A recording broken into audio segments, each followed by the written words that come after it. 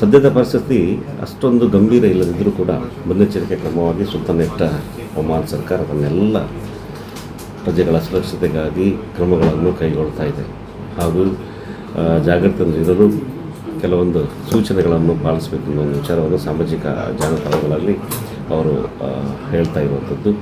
ಹಾಗೆ ನಮಗೆ ಭಾರತ ಪ್ರವಾಸ ಮಾಡಲು ಏನೂ ಸಮಸ್ಯೆ ಇಲ್ಲ, ಟ್ರಾವೆಲ್ಸ್ಗೆ ಏನೂ ಸಮಸ್ಯೆ ಇಲ್ಲ.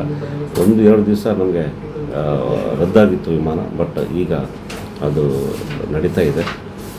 ಮುಖ್ಯವಾಗಿ ನಮ್ಮ ದುಬೈಯಿಂದ ಕೂಡ ಇಲ್ಲಿ ಸುಮಾರು ಪ್ಯಾಸೆಂಜರ್ಗಳು ಇಲ್ಲಿಂದ ಟ್ರಾವೆಲ್ ಮಾಡ್ತಾಯಿದ್ದಾರೆ ಮಸ್ಕತ್ತಿಂದ.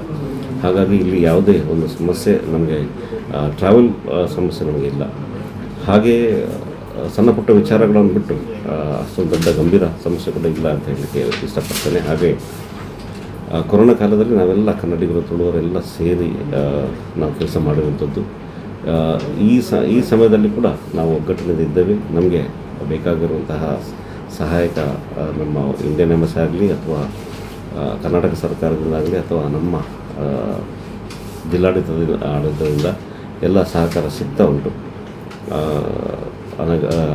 ಅಗತ್ಯವಾದ ಫೋನ್ ನಂಬರ್ಗಳನ್ನು ಅವರು ಕೊಟ್ಟಿರುವಂಥದ್ದು. ಹಾಗೆ ಅಂಥ ಒಂದು ಸಮಸ್ಯೆ ಇಲ್ಲ ಅಂತ ನಾನು ಹೇಳಲಿಕ್ಕೆ ಇಷ್ಟಪಡ್ತೇನೆ.